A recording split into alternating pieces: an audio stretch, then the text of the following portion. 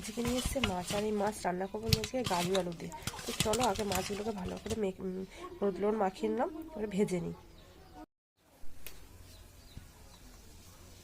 এটা বন্ধুরা মাছ, আলু আর গাজর আমি ভেজে নিয়েছি। এবার আমি কড়াই দিয়ে দেবো তেল।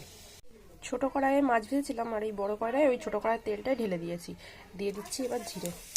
মাছ ভাজা তেলে মাছ রান্না করলে খেতে বেশি টেস্ট লাগে।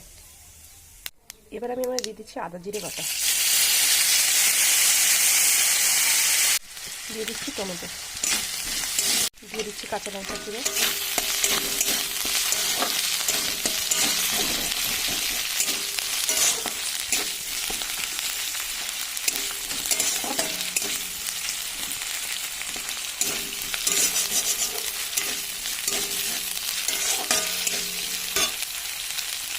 এবার আলু আর গাজরটা এর মধ্যে দিয়ে দেবো।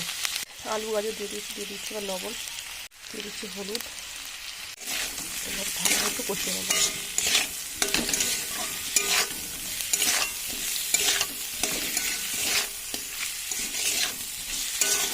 এটা কষাতে আমি পাশের ছোটো কড়াইয়ে দুটো বড়ি ভেজে নেবো।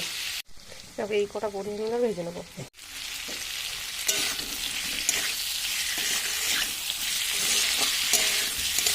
ভালো করে কষানো হয়ে গেছে, এবার আমি দিয়ে দেবো এর মধ্যে জল।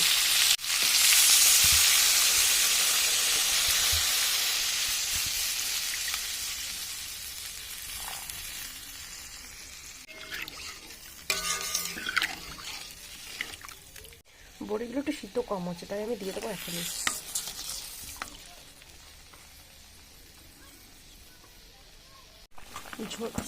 ঝোলটা ভালো মতো ফুটে গেছে, তাই আমি দিয়ে দেবো এর মধ্যে মাছগুলো।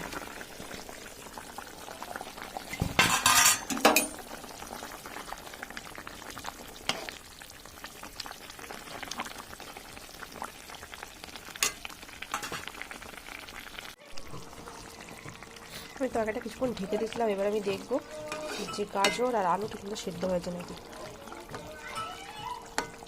গাজরটা সেদ্ধ হয়ে গেছে, আলুটা সেদ্ধ হয়ে গেছে, তরকারিটা আরেকটু হবে, তাই আমি আরেকটু পরে নামাবো।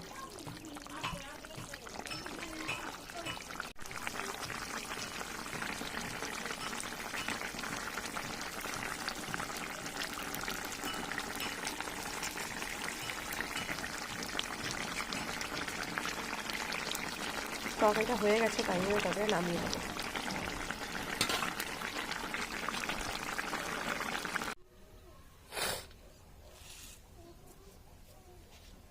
এ দেখো বন্ধুরা, তরকারিটা হয়ে গেছে, আমি নামিয়ে নিয়েছি। কাঁচা লঙ্কা দিয়ে করেও দেখো কত সুন্দর কালার এসছে। তো আজকের ভিডিওটা আমি এখানেই শেষ করছি।